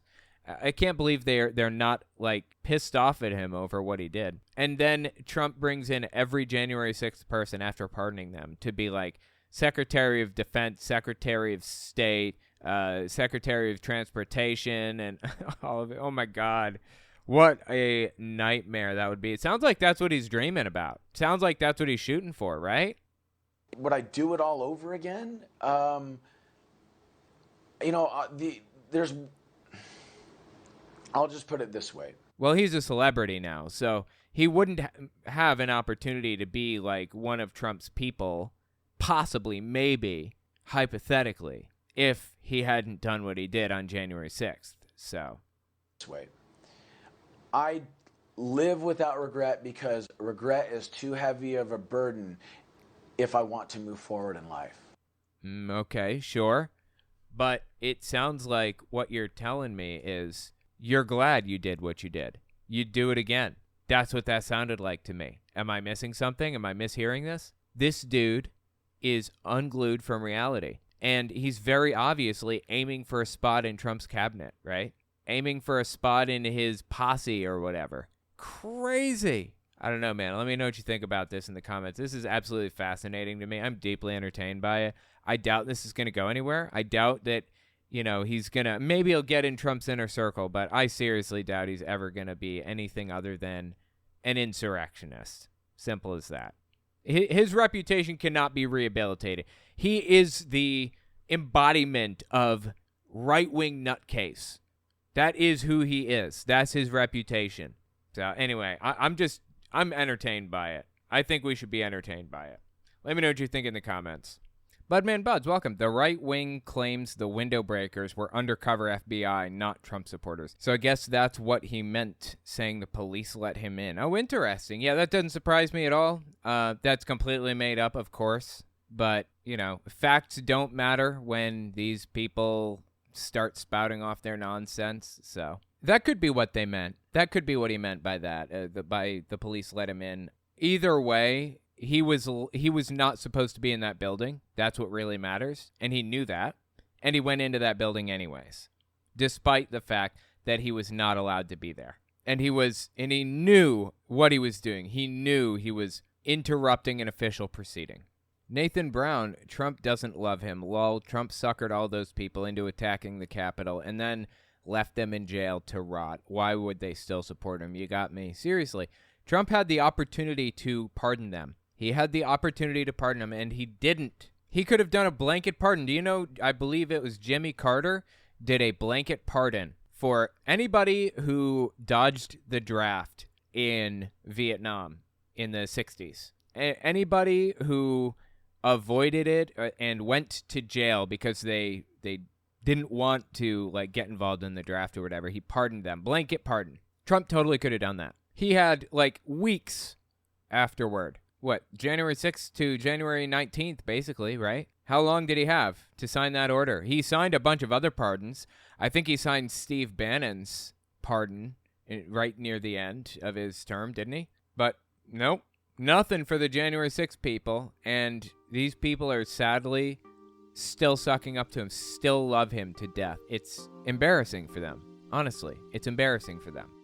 That's all I've got for you. If you like what I do and you want to see me continue to do it, don't forget to check me out on Patreon. And take a look at my YouTube channels. Owen Morgan, where I talk about religious issues. Telltale Fireside Chat, where I talk about politics. Telltale Unfiltered, where I do long-form breakdowns of stuff like this. And Telltale Reads, where I read books by televangelists and others. I release everything in parts, but every part stands independently of the last. So you can jump in anywhere and I'll make sure it makes sense. You can find some ad-free, uncensored, complete versions of all my videos on my website, owenmorgan.com. And while you're there, don't forget to sign up for my email list to get early access to everything. All links are in the description. Okay, thanks for watching, guys.